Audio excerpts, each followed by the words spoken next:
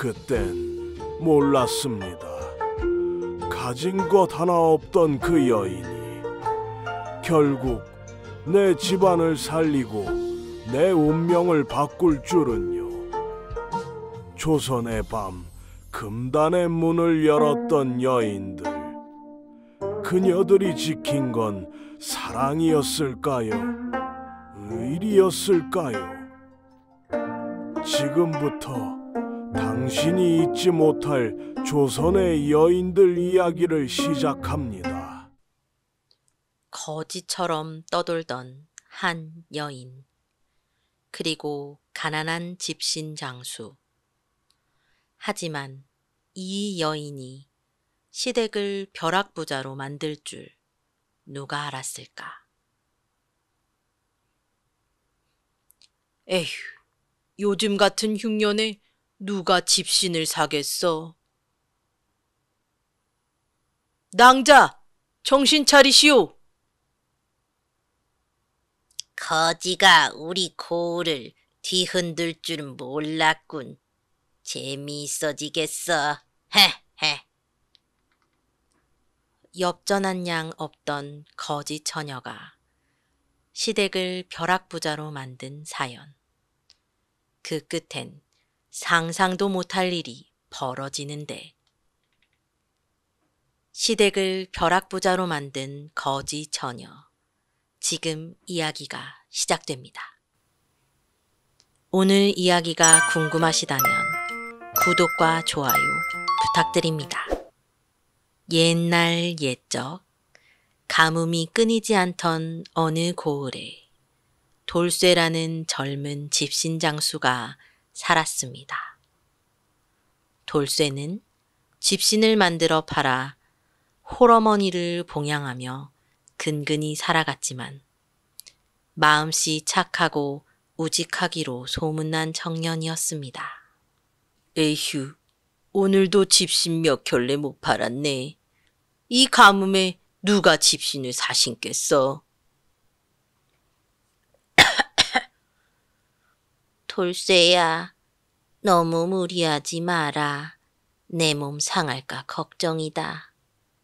어머니, 제가 더 열심히 팔아올게요. 어머니 진지라도 제대로 드셔야죠. 어느 날 돌쇠는 집신을 팔러 험한 산길로 넘어가던 중 쓰러져 있는 아리따운 여인을 발견합니다. 그 여인의 이름은 매화로 영모에 휘말려 뒤쫓기던 양반가의 딸이었습니다. 아니, 이보게! 낭자, 정신 차리시오! 여긴 어디? 일단 저희 집으로 모시고 가겠습니다. 쓰러져 있던 매화를 업은 돌쇠는 매화를 자신의 초가집으로 데려와 정성껏 간호합니다. 어쩌다 이런 험한 꼴을 당했누? 돌쇠야, 따뜻한 죽이라도 끌어들여라. 낭자, 죽이라도 좀 드시오. 기운을 차리셔야지 않겠소. 고맙습니다. 정말 고맙습니다. 며칠 후 매화는 돌쇠에게 자신의 어려운 처지를 털어놓습니다. 사실 저는 영모에 휘말려 쫓기는 몸입니다. 제 이름은 매화이고 양반가의 딸입니다. 양반가의 규슈께서 어쩌다가 이렇게 억울한 누명을 쓰고 쫓겨다니는 신세가 되었어요. 낭자, 걱정 마시오. 제가 낭자를 지켜드리리다.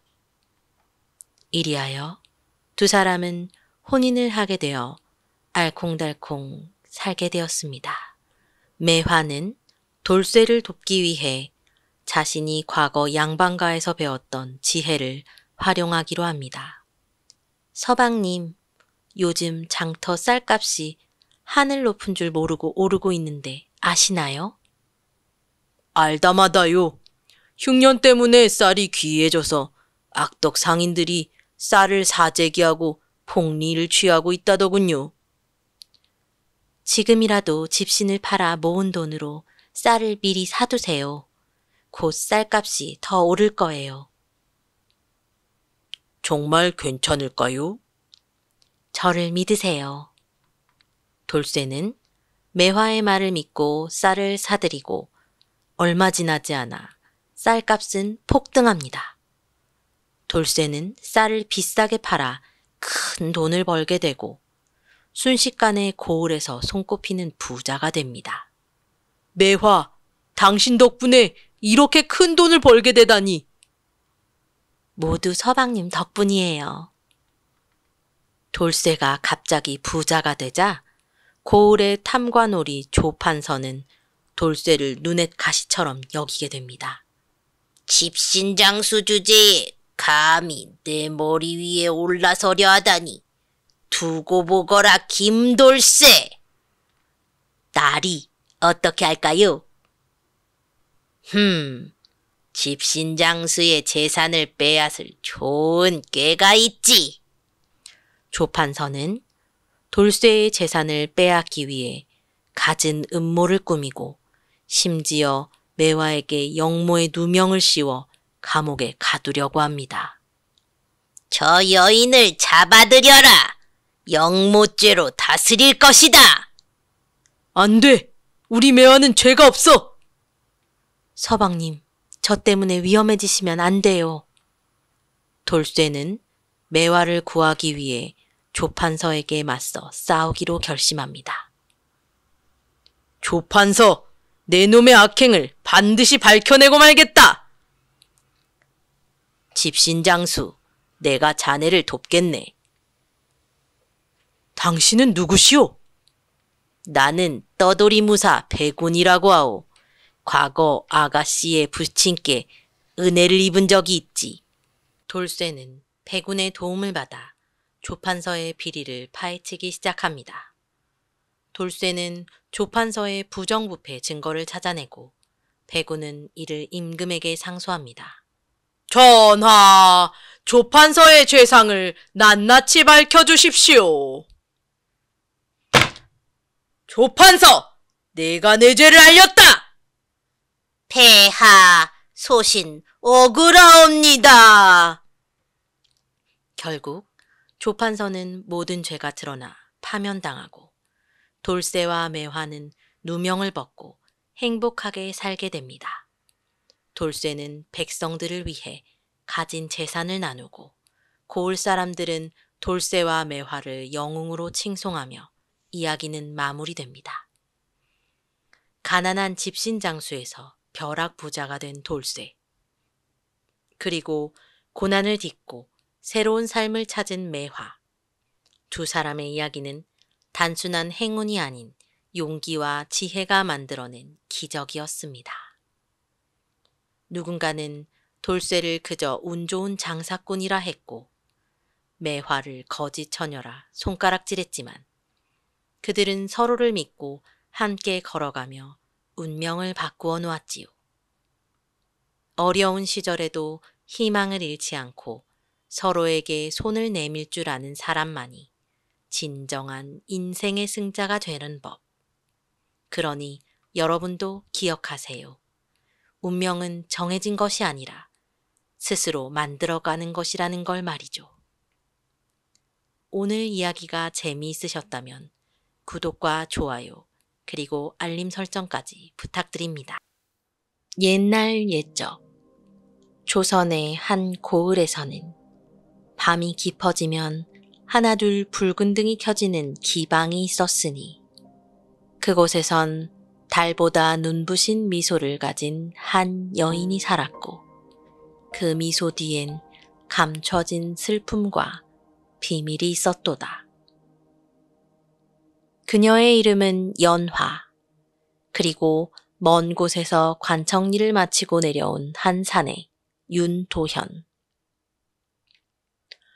두 사람의 인연은 우연처럼 시작되었으나 운명이란 실타래처럼 얽히고 설켜 한 목소리, 한 눈빛에 담긴 서약으로 이어지게 되리라. 윤도현은 관청에서 내려온 젊은 감찰관. 그는 부패한 현실을 바로잡으려 했으나 우연히 들린 연화의 검은고 소리에 마음을 빼앗기고 말았다. 한순간 눈앞의 풍경이 모두 멈춘 듯한 기분에 휩싸였다. 저 선율, 마치 강물에 실려오는 바람의 노래 같소. 손님, 풍류의 눈이 먼 분이시군요. 이곳에서 잠시 쉬어가시지요. 처음 만남은 서먹하되 두 사람은 말없이 서로의 눈빛에서 무언가를 읽어내기 시작했다. 연화의 미소 속에는 겉으로 드러나지 않는 슬픔이, 도연의 눈동자에는 진실을 향한 갈망이 담겨 있었다. 며칠이 지나고 윤도연은 기방을 자주 찾게 된다. 밤마다 연화를 마주하며 둘은 점차 친밀해지고, 도연은 기방에서 일어나는 여러 사건들, 부패한 관리들의 음모와 뇌물 주고받는 모습을 목격하며 연화에게 조심스레 질문을 던진다. 연화님, 이 기방에선 많은 이야기가 오가고 있소. 혹시 당신은 그 모든 것을 알고 계신 듯한데. 여기서 살아남으려면 때로는 눈 감아야 할 진실이 있소. 내 아는 것들을 다 말할 수 없는 것도 그리 큰 슬픔이 아니오. 손님이 말하는 눈 감는 진실이라. 혹시 그 진실이 당신의 마음속에 묻혀있는 슬픔일까? 사람이 누군가를 잃으면 마음 한켠에 비밀스러운 상처가 남는 법이오. 그 상처는 때로 우리를 숨막히게 하여 오직 잊으려 애쓰게 만들지요. 그날 밤 도연은 깨달았다. 연화의 미소 뒤에 감춰진 것은 단순한 슬픔이 아니라 자신이 상상조차 하지 못했던 과거의 그림자임을. 어느 고요한 밤, 도연은 마침내 결심을 굳히고 기방 안은 평소보다 더욱 고요하고 붉은 등불 아래서 연화는 홀로 앉아있다. 연화님, 저는 더 이상 이 고요한 밤에 머무르며 불안에 떨고 싶지 않소. 당신의 슬픔을 함께 나누고 이곳의 그림자를 벗어나 우리 둘만의 새로운 길을 찾고 싶소. 손님, 당신의 말씀이 참 따스하오나 제 마음 깊은 곳에는 이미 오랜 세월 묻혀진 상처가 있소. 그 상처는 아무리 따스한 말 한마디로 치유되리라 믿지 않소. 그렇다 하여도 함께 걸어본다면 어찌 될지 모른다오. 당신의 마음에 잃어버린 빛을 되찾아드리고 싶소. 그 순간 두 사람의 눈빛은 마치 서로의 영혼을 읽는 듯 가까워졌다. 하지만 그들의 사랑 앞에 놓인 현실은 생각보다 더 잔혹한 비밀을 감추고 있었으니. 다음 날 달빛이 창가에 들 무렵 도현은 연화를 데려가려 결심하고 기방을 다시 찾는다. 그러나 기방 내부는 어제와 달리 쓸쓸하고 적막하다. 주변에는 아무도 보이지 않는다. 도현은 조심스레 연화가 앉아있던 자리에 다가간다. 그 순간 연화가 천천히 일어나 손목을 들어 보인다. 그곳엔 예전보다 선명하게 드러난 붉은 줄자국이 있었다. 그제야 도연은 깨달았다. 연화의 미소 뒤에 감춰진 진실은 단순한 슬픔이 아닌 묶여버린 운명의 족쇄였음을. 이곳 붉은 등불 아래에서 나는 한때 자유를 꿈꾸었소. 그러나 현실의 굴레 속에서 벗어나지 못한 채 내 몸과 마음은 영원히 이곳에 묶여버렸소. 도현은 충격과 슬픔이 뒤섞인 표정으로 그녀를 바라본다. 그때 뒤에서 기방 주인의 낮은 목소리가 들려온다. 손님, 어찌 이리도 한참을 멍하니 서 있소? 그녀는 오래전 우리 곁을 떠난 기녀의 이름일 뿐이요. 연화, 당신은 과연 실제하던 분이었소? 손님, 연화란 이름은 이 기방에 전해 내려오는 한 전설이요. 옛날 한 기녀가 사랑을 이루지 못하고 비통한 서약 아래 자신의 삶을 내어놓은 후 그 이름이 영원히 이곳에 머물게 되었소. 사랑은 때로 꿈 같고 꿈은 때로 잊혀지지 않는 기억으로 남으리라. 도현은 그날 연화라는 존재를 통해 자신이 찾던 진실과 사랑의 의미를 조금이나마 깨닫게 되었으니 이야기는 여기에서 끝나지만 사랑과 운명의 실타래는 우리 모두의 마음속에 남아있소. 우리가 선택하는 길이 때로는 험난하더라도 진실한 마음은 결코 사라지지 않음을 잊지 마시길. 오늘 야담이 흥미로우셨다면 구독과 좋아요로 다음 이야기도 함께 해주시길 바랍니다. 여러분, 혹시 인생이 송두리째 뒤바뀐 경험 있으신가요? 오늘 들려드릴 이야기는 한 여인의 기구한 운명과 그 속에서 피어난 놀라운 기적에 관한 이야기입니다. 차디찬 겨울밤, 버려진 여인의 초라한 초가집에 울려 퍼지는 애절한 울음소리. 제발 살려주세요. 그녀는 누구이며 이 절규는 대체 무엇을 의미하는 걸까요? 운명의 소용돌이 속에서 피어나는 사랑과 배신, 그리고 상상조차 못할 반전. 자, 지금부터 그 숨겨진 이야기에 귀 기울여 주세요.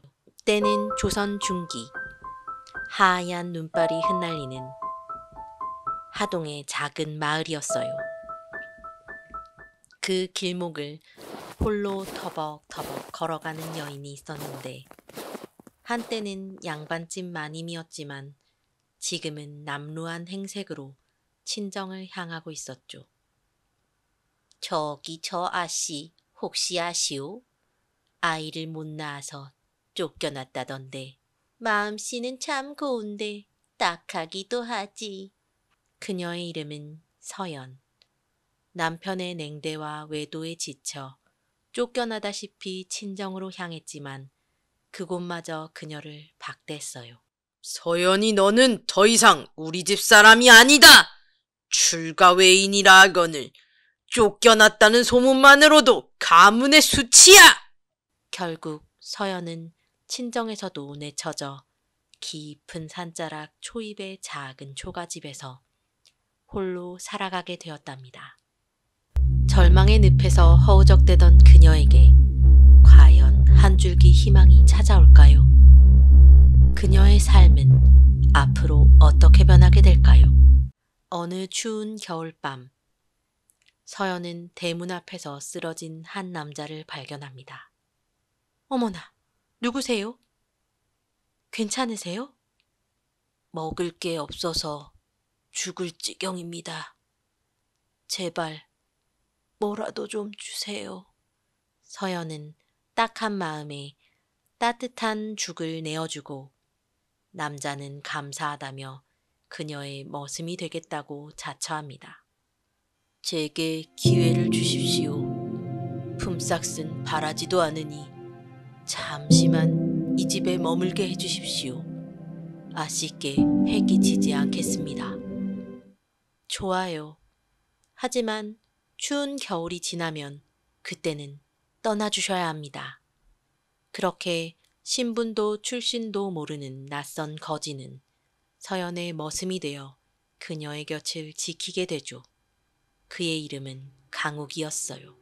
꽁꽁 얼어붙었던 겨울이 지나고 따스한 봄이 찾아왔습니다. 두 사람의 관계는 과연 어떻게 변할까요? 서연과 강욱은 함께 장사를 시작하고 점차 번창해 나가기 시작합니다. 강욱의 도움으로 서연은 새로운 삶을 시작하게 되죠. 아씨, 이 채소들은 오늘 아침 밭에서 막 따온 싱싱한 것들입니다. 값도 싸니 한번 잡숴보세요. 쫓겨난 아씨가 장사라니 세상에 별일이 다 있구먼. 어머, 정말 깨끗하게 손질했네. 값도 생각보다 싸고. 저희는 좋은 물건을 싸게 파는 게 원칙입니다. 한번 믿고 사보세요.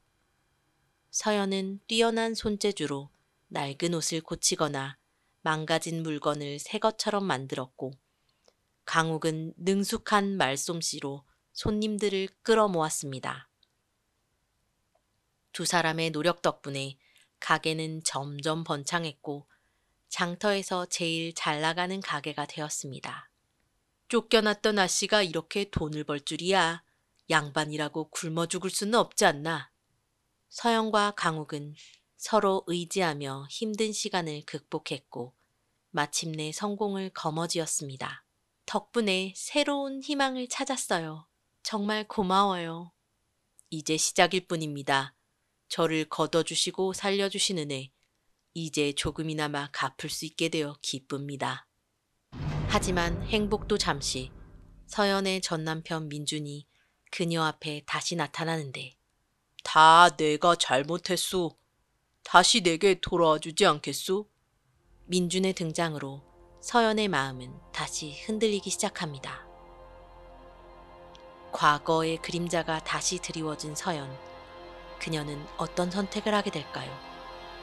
강욱은 민준의 속셈을 눈치채고 서연에게 경고하지만 서연은 강욱의 말을 믿지 않습니다. 아씨, 당장 그 사람을 믿지 마십시오. 그는 아씨를 속이고 있습니다. 내 일에 끼어들지 마세요. 이건 내 문제입니다. 강욱은 서연이 직접 진실을 확인할 수 있도록 계략을 꾸밉니다. 그리고 서연은 민준과 그의 새 부인이 계략을 꾸미는 장면을 목격하게 되죠. 조금만 참아. 다시 합치면 그녀 돈을 내가 다시 뺏어올 수 있어. 그리고 나서 다시 내치면 끝이지. 헤헤. 정말 믿어도 되는 거예요? 괜히 날 버리고 그 여자 다시 데려가는 건 아니겠죠? 그럴 리가 있겠어. 난 그 여자한테서 돈만 뺏으면 돼. 돈만 빼앗으면 다시 내쫓으면 그만이야. 헤헤헤헤. 서연은 충격과 분노에 휩싸여 민준에게 등을 돌립니다. 당장 내 눈앞에서 사라지세요. 다시는 나타나지 마세요. 그리고 강욱은 서연에게 자신의 정체를 밝히고 그녀에게 영원을 함께할 것을 약속합니다. 아씨, 사실 저는 몰락한 양반가의 자손입니다. 아씨를 처음 만났을 때부터 너무 초라한 모습이라 감히 제 신분을 밝힐 수 없었습니다. 하지만 시간이 흐를수록 제 신분보다 아씨와 함께하는 것이 더 중요해졌습니다. 저는 아씨를 섬기는 머슴이 아니라 아씨와 평생 함께하고 싶습니다. 당신은 참 바보 같아요. 저는 신분 따윈 아무 상관없답니다. 당신은 항상 저를 믿음직스럽게 지켜주었고 저는 당신을 믿고 의지하며 살고 싶어요. 두 사람은 서로의 신분을 뛰어넘어 사랑을 확인하고 마을 사람들의 축복 속에 혼례를 올립니다. 민주는 모든 것을 잃고 마을을 떠나고 서연과 강욱은 행복한 가정을 꾸리며 살아갑니다. 그렇게 한때 버려졌던 여인은 진실한 사랑을 만나 새로운 삶을 시작했고 고난 끝에 행복을 되찾았습니다. 인생사 세옹지마라 하지 않습니까? 고난 끝에 행복이 찾아온 거죠. 저 머슴을 당장 처형하라. 감히 양반집 규수에게 눈을 돌렸으니. 잠깐, 하늘의 별을 따오라 하셨으니 제가 가져왔습니다. 이게 어찌? 조선시대 목숨이 왔다 갔다 하는 위기 속에서 한 머슴 수총각이 펼친 놀라운 지혜. 양반가의 마님에게 3번의 불가능한 시험을 받고 죽음의 위기에서 살아남은 그 놀라운 꾀의 정체. 이놈, 내 이번에는 절대 내가 해낼 수 없는 과제를 찾아내겠다.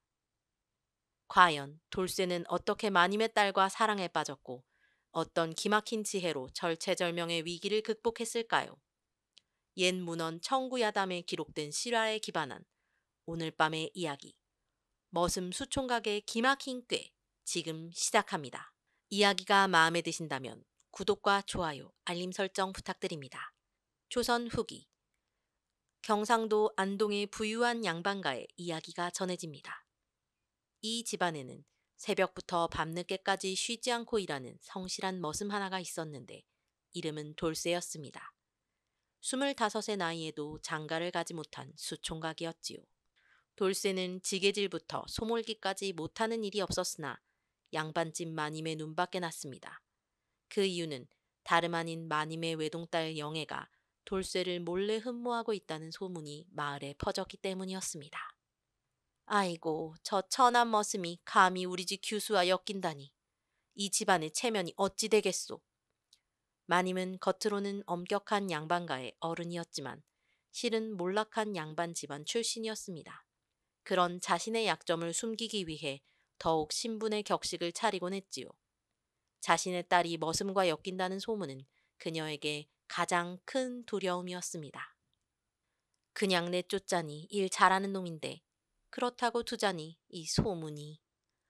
고민 끝에 마님은 교묘한 계략을 떠올렸습니다. 돌쇠에게 불가능한 과제를 내려 스스로 포기하게 만들거나 실패하면 매질해서 내쫓을 명분을 만들기로 한 것이지요. 이튿날 아침, 마님은 돌쇠를 대청마루로 불렀습니다. 돌쇠야, 너 우리 집에 계속 있고 싶으냐? 예, 마님. 이보다 좋은 집이 어디 있겠습니까? 그러면 내 시키는 일 하나만 해라. 사흘 안에 우리 집 뒷산에 있는 큰 바위를 옮겨라. 그 바위가 있어 음지가 생겨 농사에 지장이 많다. 돌쇠는 그 바위를 잘 알고 있었습니다. 어른 10명이 달라붙어도 꿈쩍도 하지 않을 바위였지요. 사실상 불가능한 일이었습니다. 마님, 그 바위는... 못하겠다면 당장 이 집을 나가거라. 사흘 후에 바위가 그대로 있으면 내 등에 20대의 매를 때린 후 이 마을에서 영영 내쫓을 것이다. 마님의 날카로운 눈빛에서 돌쇠는 그녀의 진짜 의도를 읽었습니다. 그것은 단순한 집안일이 아니라 자신을 내쫓기 위한 계략이었습니다. 돌쇠는 깊은 고민에 빠졌습니다. 사실 그는 영애와 몇 번 눈인사를 나눈 것 외에는 아무런 접촉도 없었습니다. 하지만 마님이 마음이 굳어진 이상 이대로 가다가는 결국 쫓겨날 것이 분명했습니다. 아이고, 어쩌면 좋을꼬. 그 바위는 소 10마리를 묶어도 움직이지 않을 텐데. 이틀이 지나도 돌쇠는 방법을 찾아내지 못했습니다. 사흘째 되던 날 절망에 빠진 돌쇠는 마지막 꾀를 내기로 했습니다. 그날 밤 마을의 소문쟁이 할멈을 찾아간 돌쇠는 은밀한 이야기를 전했습니다. 할멈, 이 이야기는 정말 비밀입니다만. 무슨 말인데 그러느냐, 돌쇠야. 사실 우리 집 뒷산 바위 밑에 임진왜란 때 왜구들이 숨겨놓은 금은보화가 묻혀 있다고 합니다. 뭐라고? 금은보화? 네, 제가 어젯밤 꿈에 백발의 도깨비를 만났는데 그 도깨비가 그 바위 밑에 금과 은, 진주가 가득한 상자가 묻혀 있다고 알려줬습니다. 할멈의 눈이 번쩍 뜨였습니다. 금은보화라고? 정말이냐? 정말입니다. 하지만 마님께서는 제가 그걸 혼자 차지할까봐 바위를 옮기라는 핑계로 저를 내쫓으려 하십니다. 할멈, 부디 이 이야기는 비밀로 해주세요. 그럼 내 비밀로 하마. 할멈은 고개를 끄덕였지만 돌쇠가 떠나자마자 바로 이웃집으로 달려가 그 소문을 전했습니다. 그날 밤으로 마을 전체의 양반가 뒷산 바위 밑에 보물 이야기가 와드득 퍼졌습니다. 이튿날 아침 놀라운 일이 벌어졌습니다. 마을 사람들 수십 명이 도끼와 삽, 지렛대를 들고 양반가 뒷산으로 몰려든 것입니다. 모두가 금은보화를 차지하겠다는 욕심에 바위를 옮기기 시작했지요. 마님은 갑작스러운 소동에 놀라 허둥지둥 뒷산으로 달려갔습니다. 여기서 무슨 짓들을 하는 것이오? 마을 사람 중 하나가 대답했습니다. 마님, 이 바위 밑에 임진왜란 때 묻힌 금은보화가 있다는 소문을 들었습니다. 혹시 모르니 한번 확인해 보러 왔지요. 그래요, 마님. 이 바위만 옮기면 우리 마을이 부자가 될 수도 있잖아요. 마님의 얼굴이 새하얘졌습니다. 자신의 땅에 보물이 있다니 이건 당연히 자신의 것이 되어야 마땅했습니다. 모두들 물러가시오. 이건 우리 집 땅이니 여기 있는 것은 모두 우리 집 것이오. 아니, 보물은 발견한 사람의 것이라 했소. 마님도 방금 알았으니 우리와 마찬가지 아니오? 하지만 이건 우리 땅이니. 땅이 중요한가? 보물이 중요한가? 어서 바위를 옮기세. 그러나 이미 마을 사람들의 힘으로 바위는 조금씩 움직이기 시작했습니다. 마님은 당황하며 사람들을 말리려 했지만 욕심에 눈이 먼 마을 사람들은 듣지 않았습니다. 결국 수십 명의 힘으로 그 거대한 바위는 옮겨졌고 바위 밑에는 아무것도 없었습니다. 아니, 보물은 어디 갔지? 혹시 더 깊이 파봐야 하는 거 아니야? 몇 시간 동안 더 팠지만 결국 아무것도 찾지 못한 마을 사람들은 실망하여 하나둘 돌아갔습니다. 마님은 분노로 가득 찼지만 이미 바위는 옮겨진 후였고 그녀가 원했던 대로 음지는 사라졌습니다. 돌쇠는 멀리서 이 광경을 지켜보며 빙그레 웃었습니다. 그의 꾀가 통한 것이었지요. 마님은 화가 나서 대청마루에서 돌쇠를 불렀습니다. 이 녀석, 내가 그 허튼 소문을 퍼뜨렸구나. 마님, 저는 단지 마님의 명령대로 바위를 옮기려 했을 뿐입니다. 제 힘으로는 불가능하니 마을 사람들의 도움을 받은 것이지요. 결과적으로 마님께서 원하시는 대로 바위는 옮겨졌고 농사에 지장을 주던 음지도 사라졌습니다. 마님은 할 말을 잃었습니다. 확실히 돌쇠는 자신의 명령을 교묘하게 수행한 것이었습니다. 어쨌든 그 바위는 옮겨졌으니 좋다. 하지만 내 꾀를 내가 모를 줄 알았더냐? 마님께서 현명한 분이시니 제 마음을 어찌 모르시겠습니까? 그 일이 있은 뒤 마님은 돌쇠의 지혜에 감탄하면서도 더욱 그를 견제하게 되었습니다. 그런데 이상하게도 그날 밤 마님은 돌쇠에 대한 꿈을 꾸었습니다. 꿈에서 돌쇠는 평범한 머슴이 아니라 위험 있는 양반의 모습을 하고 있었습니다. 마님은 불안한 마음을 감출 수 없었습니다. 저 머슴이 단순한 머슴은 아닌 것 같구나. 더 어려운 시험을 내어 그 정체를 밝혀봐야겠다. 며칠 후 마님은 또 다른 계략을 꾸몄습니다. 돌쇠야, 이번에는 저 북쪽 들판에 있는 큰 웅덩이를 하룻밤 사이에 메워라. 장마철이면 늘 넘쳐서 농사를 망치니 말이다. 돌쇠는 그 웅덩이를 알고 있었습니다.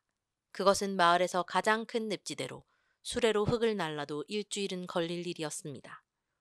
마님, 그건... 못하겠다면 당장 나가거라. 내일 아침에 웅덩이가 그대로 있으면 매 30대를 맞은 후 쫓겨날 것이다. 돌쇠는 고개를 숙이고 나왔습니다. 이번에도 꾀를 내야 했습니다. 그날 저녁 돌쇠는 마을 젊은이들이 모이는 주막으로 갔습니다. 그곳에서 동네 처녀들 이야기가 나왔을 때 돌쇠가 입을 열었습니다. 여러분, 제가 어제 우연히 들은 비밀이 있는데요. 무슨 비밀인데? 우리 마님의 딸 영애 아가씨가 오늘 밤 북쪽 들판 웅덩이에서 목욕을 한다는 이야기를 들었습니다. 주막에 있던 젊은이들의 귀가 쫑긋 섰습니다. 영애는 마을에서 가장 아름다운 교수로 소문이 난 처녀였기 때문이지요. 정말이냐? 어떻게 알았느냐? 제가 오늘 마님과 영애 아가씨의 대화를 우연히 엿들었지요. 보름달 아래에서 목욕을 하면 피부가 고와진다고 하여 영애 아가씨가 꼭 해보고 싶다고 했답니다. 야, 그걸 엿들었다고? 대단하구나. 돌쇠는 고개를 끄덕였습니다. 그런데 이건 비밀이니 아무에게도 말하면 안 됩니다. 하지만 돌쇠의 바람과는 반대로 이 소식은 삽시간에 마을의 모든 총각에게 퍼졌습니다. 그날 밤 북쪽 들판 웅덩이 주변은 숨어서 엿보려는 젊은이들로 가득 찼습니다. 그들은 풀숲과 바위 뒤에 숨어 영애의 등장을 기다렸습니다. 그러나 밤이 깊어도 영애는 나타나지 않았고 실망한 총각들은 하나둘 자리를 뜨려 했습니다. 그때 돌쇠가 나타났습니다. 여러분, 영애 아가씨가 오지 않는 것 같습니다. 아마도 이 웅덩이가 너무 더럽고 냄새가 나서 그런 것 같습니다. 아, 그럼 우리가 헛기다린 거야? 하지만 생각해보니 이 웅덩이를 메워 깨끗하게 만들면 내일 밤엔 반드시 오지 않을까요? 영애 아가씨는 늘 약속을 지키시는 분이니까요. 총각들은 잠시 고민하다가 서로 눈빛을 교환했습니다. 그래, 이 웅덩이를 메우면 내일은 분명 올 거야. 맞아. 우리가 힘을 합치면 금방 메울 수 있을 거야. 영애를 보고 싶은 마음에 불타오른 총각들은 모두 힘을 합쳐 웅덩이를 메우기 시작했습니다. 누구는 집에서 삽을 가져오고, 누구는 지게로 흙을 나르고, 누구는 돌을 굴리며 밤새 웅덩이를 메웠습니다. 돌쇠는 멀리서 총각들의 작업을 지켜보며 살짝 미소를 지었습니다. 그의 두 번째 꾀도 성공한 것이었습니다. 해가 뜰 무렵 웅덩이는 완전히 메워져 평평한 땅이 되었습니다. 총각들은 피곤에 지쳐 각자의 집으로 돌아갔고 다음날 밤을 기대하며 흐뭇해했습니다.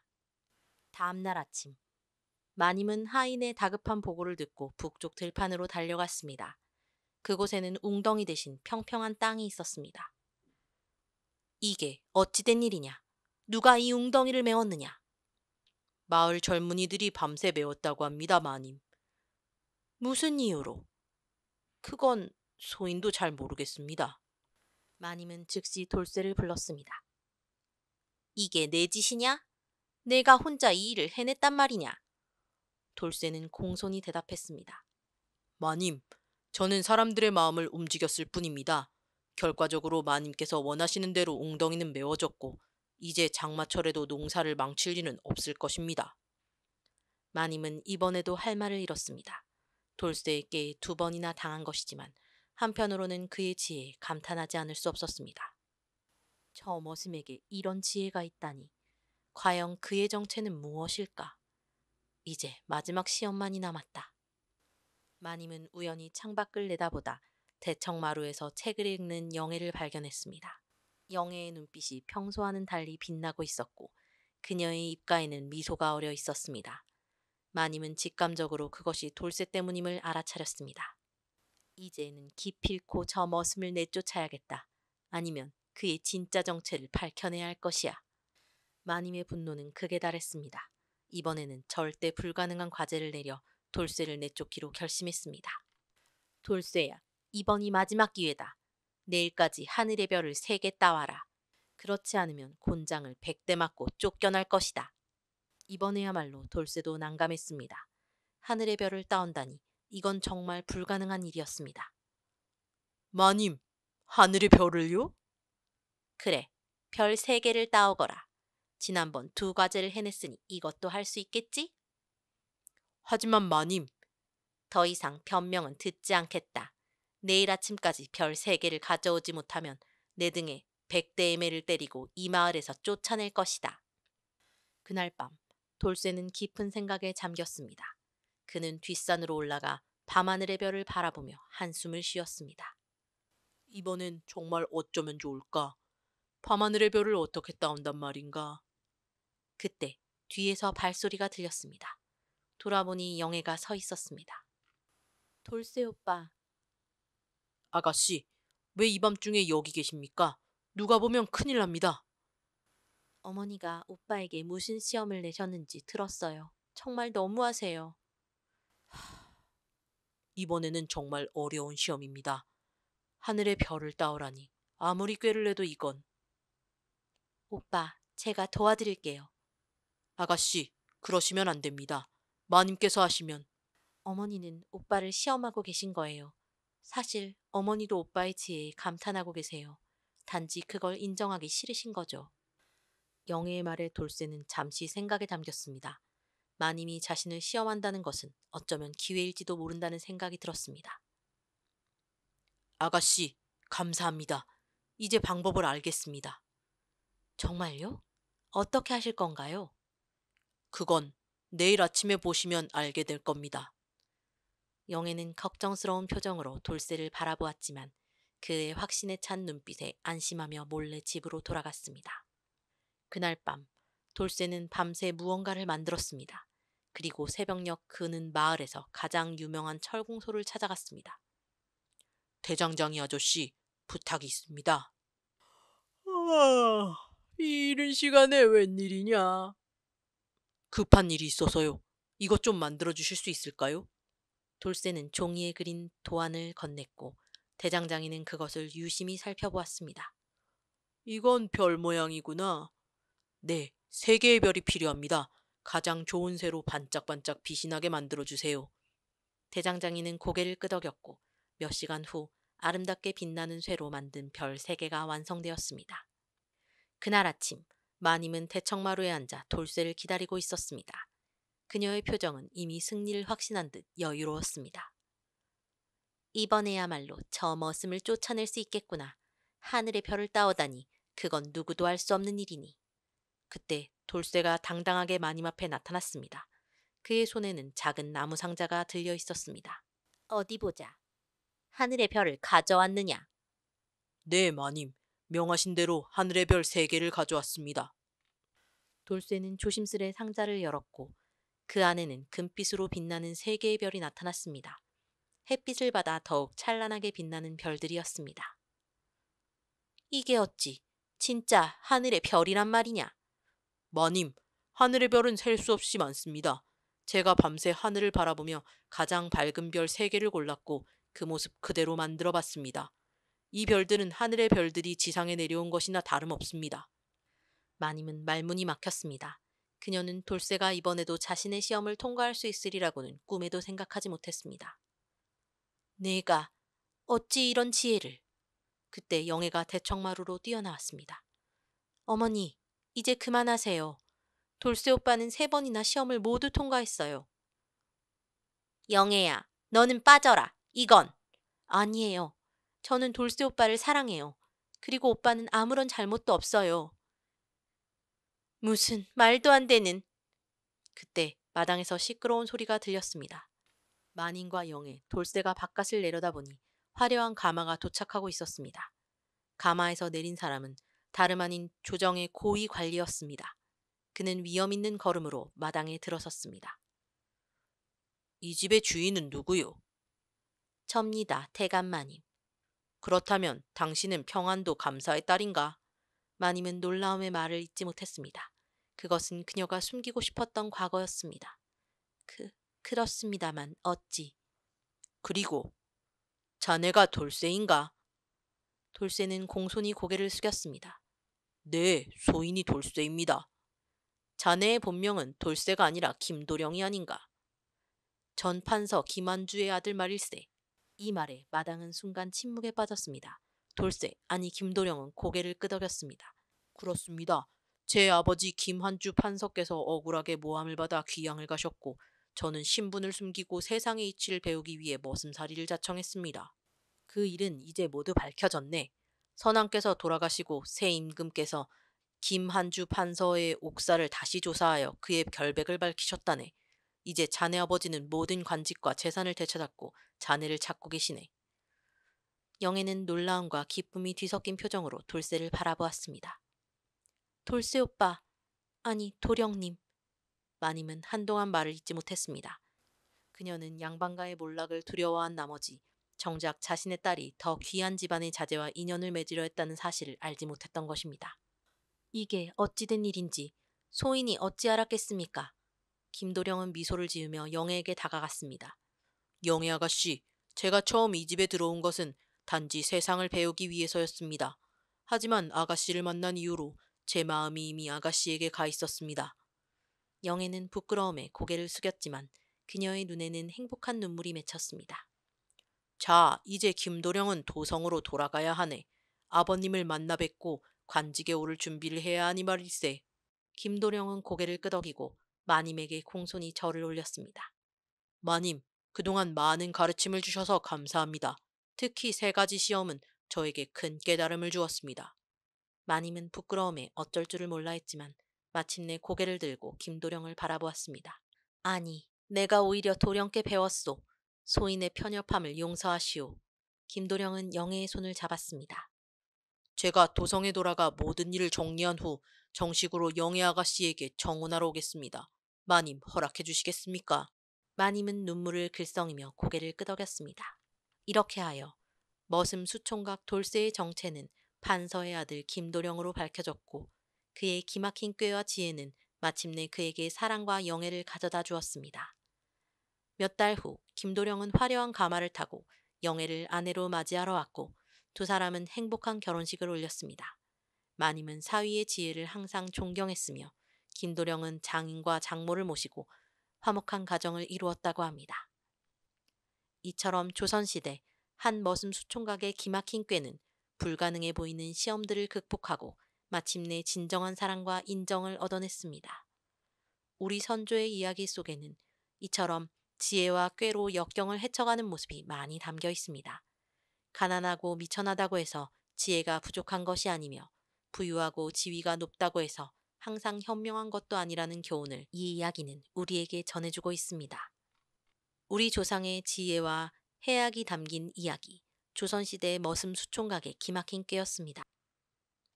조선 후기, 그녀는 매일 밤 흰 상복 속에서 무너지고 있었습니다. 오늘 밤 다시 오시겠습니까? 마님. 3년상도 위패도 그들의 욕망을 막을 순 없었습니다. 3년상을 치르는 젊은 미망인의 방에서 매일 밤 들려오던 신음소리, 그리고 그녀의 침소를 드나들던 건장한 장머슴의 그림자. 더 충격적인 것은 망자의 위패 앞에서까지 꺼지지 않았던 그들의 욕망. 300년간 금기시되어 왔던 이 스캔들은 최근 발견된 실제 밀서에서 그 실체가 드러났습니다. 그들의 금단의 사랑은 어떻게 시작되었으며 그 파멸적 대가는 무엇이었을까요? 재미있는 조선시대 야담을 더 보고 싶으시다면 지금 바로 구독과 좋아요, 알림 설정도 잊지 마세요. 영상이 시작되기 전 여러분의 한 번의 클릭이 더 좋은 야담을 만드는 힘이 됩니다. 전라남도 남원 1756년 늦여름의 일입니다. 살인적인 더위가 마을을 짓누르던 그날 밤, 남원 최고의 부호 윤씨 가문의 종손 윤태식은 젊은 나이에 홍역으로 세상을 떠났습니다. 그의 아내 박씨는 26의 나이로 과부가 되어 시가에서 3년상을 치르게 되었죠. 3년상이 끝날 때까지 며느리는 절대 문 밖을 나서지 말고 옷가지도 흰 상복만 입어라. 내 아들의 명복을 빌어야 할 것이다. 그러나 윤태식은 병약해 결혼 후 거의 병석에 누워 있었습니다. 부부관계도 제대로 이루어지지 못했고 자식도 없었죠. 젊은 박씨 부인의 몸은 이미 오랫동안 남자를 모르고 있었습니다. 이제 앞으로 3년을, 아니 어쩌면 평생을 이렇게 살아야 하나. 그리고 그 집 장머슴 건우, 마을에서 가장 건장한 29세의 사내였습니다. 특히 그는 마을 처녀들 사이에서 특별한 기술로 소문이 자자했죠. 무더운 여름밤, 박씨 부인은 잠을 이루지 못하고 창문을 열었습니다. 그때 마당에서 들려오는 물소리. 달빛 아래 우물가에서 상반신을 드러낸 채 물을 끼얹고 있는 건우의 모습이 눈에 들어왔습니다. 땀에 젖은 탄탄한 근육질의 상체, 물이 흘러내리는 모습에 박씨 부인은 숨이 멎는 듯 했습니다. 이런, 내가 무슨 생각을. 하지만 저 모습은. 그날 밤 박씨 부인은 꿈속에서 건우와 뜨거운 미래를 나눴습니다. 땀에 젖어 잠에서 깬 그녀는 자신의 욕망에 충격을 받았습니다. 안 돼. 이건 죄악이야. 남편의 명복을 빌어야 할 내가. 하지만 이미 깨어난 욕망은 쉽게 가라앉지 않았습니다. 며칠 후 비가 세차게 내리던 날이었습니다. 오어라, 장독대 위에 덮어둔 곡식자리가 걱정되는구나. 비에 젖으면 모두 상할 텐데. 마님, 제가 가서 확인해 보겠습니다. 아니다. 내가 직접 가보마. 어차피 방에만 있어 답답하기도 하고. 박씨 부인이 장독대로 향하던 중 갑자기 굵은 빗줄기가 쏟아졌습니다. 급히 근처 창고로 몸을 피했는데. 마님, 여기서 웬일이십니까? 좁은 창고 안 두 사람은 가까이 서 있을 수밖에 없었습니다. 빗소리만 가득한 그 공간에서 박씨 부인은 건우의 숨결을 느낄 수 있었습니다. 갑자기 비가 와서. 그런데 너는 왜? 도구를 가지러 왔다가 비를 피하고 있었습니다, 마님. 건우의 젖은 옷은 그의 몸에 달라붙어 있었고 박씨 부인의 흰 상복도 비에 젖어 속이 비치고 있었습니다. 두 사람의 시선이 마주쳤고 묘한 긴장감이 흘렀습니다. 제가 마님께 드릴 우산을 가져오겠습니다. 아니, 잠깐만.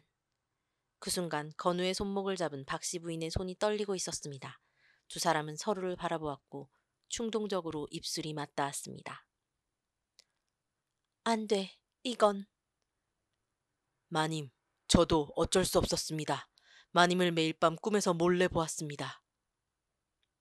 그날 창고에서의 짧은 입맞춤은 곧 불길처럼 번져 그들은 몰래 만남을 갖기 시작했습니다. 이후 두 사람은 위험을 무릅쓰고 비밀 만남을 이어갔습니다.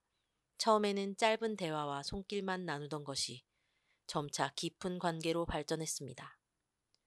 마님, 오늘 밤 서고에서 만나요. 아무도 모를 겁니다. 너무 위험해.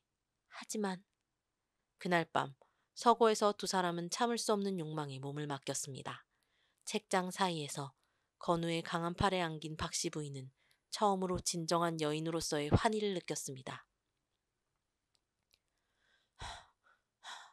마님, 아니, 연하님, 이제 더는 마님이라 부르지 않겠습니다. 건우야, 너는 나를 이름으로 불러준 첫사람이야. 그들의 미래는 담대해져 때로는 남편의 위패가 모셔진 사당 뒤편에서도 이루어졌습니다. 죄책감과 쾌락이 뒤섞인 위험한 관계였습니다. 그러나 비밀은 오래가지 못했습니다. 어느 날 밤. 마님, 건우? 연화의 침소에서 나오던 건우와 마주친 몸종 5월. 그 광경은 곧 시아버지에게 전해졌습니다. 이 패악한 년! 내 아들의 혼이 아직 떠나지도 않았는데 전한 머슴과 당장 잡아들여라! 분노한 시아버지는 집안 하인들을 시켜 건우를 잡아 마당에 꿇어앉혔습니다. 내 놈이 감히 주인집 며느리를 범했다고! 그것도 상중에 있는 과부를! 마음이 이끌리는 대로 했을 뿐입니다.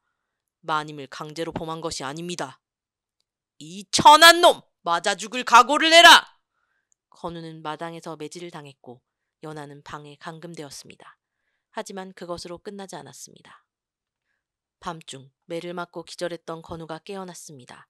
그의 몸은 상처투성이었지만 마음은 단단했습니다. 마님을 구해야 해. 건우는 풀려난 후 몰래 연화의 방으로 쪽지를 보냈습니다. 연하님, 내일 밤 자시에 남쪽 오솔길에서 기다리겠습니다. 이대로는 연하님도 저도 살 수 없습니다. 연하는 갈등했지만 이미 돌이킬 수 없음을 알았습니다. 그날 밤 그녀는 몰래 방을 빠져나왔습니다. 건우야, 여기 있니? 마님, 오셨군요. 저를 믿고 따라와 주십시오. 두 사람은 그날 밤으로 남원을 떠나 멀리 제주도로 향했습니다. 신분의 차이, 사회적 금기를 뛰어넘은 도망자 신세가 된 것입니다. 제주도의 외딴 마을. 두 사람은 부부로 위장하고 새 삶을 시작했습니다. 건우는 어부로, 연하는 바느질로 생계를 이어갔습니다. 여보, 오늘은 큰 고등어를 잡았소. 이걸로 맛있는 저녁을 만들어 봅시다. 여보, 그 말이 아직도 어색하네요. 하지만 행복해요. 연하는 곧 아이를 가졌습니다. 그들의 사랑의 결실이었죠. 두 사람은 비록 가난했지만 누구보다 행복한 나날을 보냈습니다.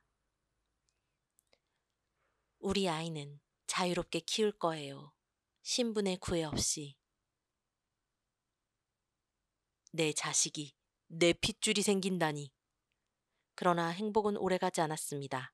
윤씨 가문은 집안의 수치를 씻기 위해 포졸들을 보내 두 사람을 찾아냈습니다. 문을 열어라! 관청에서 나왔다! 여보, 빨리 뒷문으로 도망치시오. 아이를 살려야 합니다. 건우는 포졸들과 맞서 싸웠지만 결국 붙잡히고 맙니다. 연하도 멀리 가지 못하고 잡혔습니다. 이 배역한 년과 전한 놈, 주인과 며느리의 도리를 저버린 죄는 무겁다. 당장 남원으로 압송한다. 제발 아이만이라도 살려주세요. 이 아이는 죄가 없습니다. 마님, 내가 모든 것을 책임지겠소. 마님은 강제로 끌려간 것이라고 말하겠소. 남원으로 끌려온 두 사람은 잔혹한 처벌을 받았습니다. 머슴 건우, 너는 주인집 마님을 꿰어내고 도망친 죄로 장 100대에 처하고 섬으로 유배한다. 마님, 마님만은 살려주십시오. 박씨 부인은 수절의 도리를 저버리고 전한자와 정을 통한 죄로 윤씨 가문에서 배출하고 불경죄로 절에 보낸다. 건우야, 잊지 않을게. 두 사람은 그렇게 생이별을 하게 되었습니다. 건우는 먼 섬으로 유배되었고 연하는 깊은 산사로 보내졌습니다. 연하는 절에서 아들을 낳지만 출산 직후 세상을 떠났습니다. 마지막 순간 그녀가 남긴 유언은 내 아이의 이름은 건우의 건자와 내 이름의 화자를 써서 건화라 지어주세요. 그리고 이 이야기를 기록해주세요. 그리고 훗날 한 승려가 남긴 문헌 속에 건화는 부친을 닮아 강인했고 모친을 닮아 아름다웠다. 이름처럼 그는 조선이라는 척박한 땅 위에 핀 마지막 꽃이었다. 라는 문장이 적혀 있었다고 한다. 한편 유배지에서 건우는 연하와 아이의 소식을 듣고 비통해했습니다. 전설에 따르면 건우는 유배지에서 3년 만에 병으로 죽었다고 합니다. 죽기 직전 그는 바다를 향해 외쳤다고 하지요. 내 영혼은 마님을 찾아갈 것이오. 사후에라도 우리는 반드시 다시 만날 것이오. 그리고 더 놀라운 것은 건우가 죽은 날 밤 연하가 묻힌 절 뒤편 무덤 위로 강한 회오리 바람이 불었다는 것입니다. 그날 이후 매년 두 사람이 처음으로 만났던 그날이 되면 절 뒤편 두 그루의 나무가 서로를 향해 가지를 뻗는다고 합니다. 여러분, 오늘 들려드린 흥분한 머슴과 마님 이야기는 어떠셨습니까? 신분의 벽을 넘어 금지된 사랑을 나눈 두 사람의 비극적 운명은 300년이 지난 오늘날에도 우리의 가슴을 먹먹하게 합니다. 조선 사회에서 양반 가문의 며느리와 천한 머슴의 관계는 용납될 수 없는 것이었지만 인간의 본능적 욕망과 진정한 사랑은 어떠한 금기도 뛰어넘을 수 있음을 보여줍니다. 재미있게 보셨다면 구독과 좋아요, 알림 설정도 꼭 해주세요. 여러분의 응원이 더 좋은 야담을 만드는 원동력이 됩니다. 감사합니다. 여러분 다음 이야기에서 만나 뵙겠습니다.